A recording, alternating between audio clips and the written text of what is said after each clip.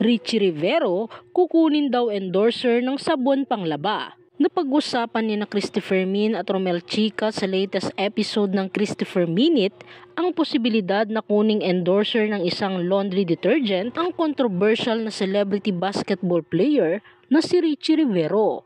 Nabubuli nga raw si Richie kapag naglalaro ito ng basketball at ang ginagawang biro sa kanya ay maglaban na lang siya.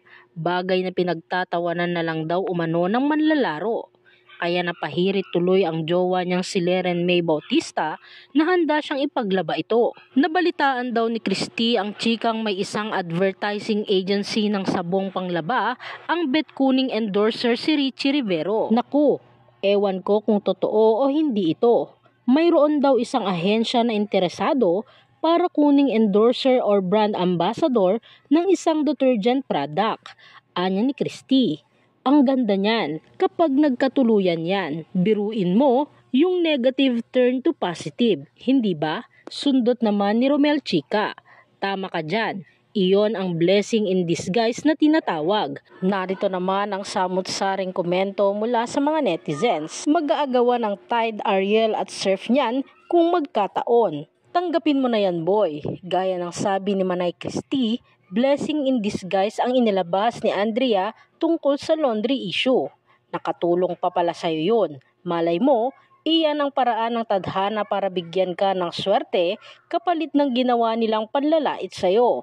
Congrats and good luck in advance. Kinuha siyang endorsement ng sabon panlaba para every month may sabon siya. Para pwede na daw siya makapaglaba. Naawa ata. Matatandaan, pinagtripa ng beauty queen politician na si Leren May Bautista ang kanyang boyfriend na si Richie Rivero. Nireshare kasi nito ang Instagram story ng kapatid na basketballista na si Prince Rivero kung saan makikitang tila nagkukusot ang kanyang boyfriend ng imaginary na damit.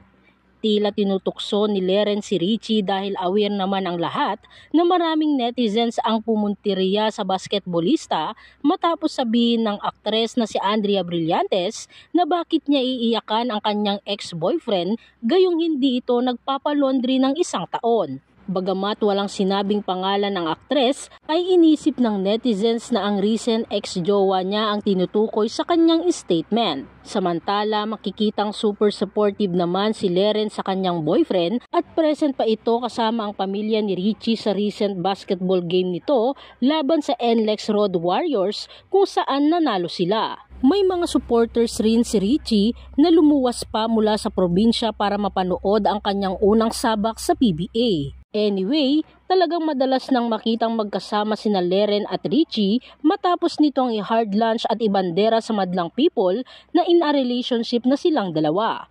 At sa recent Instagram post nga ng dating beauty queen ay pinahayag niya ang kanyang sweet message para sa minamahal. You deserve all the love in the world.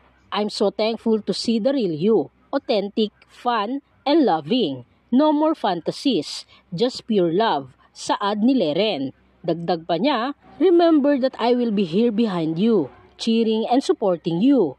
Good luck on your first PBA game today.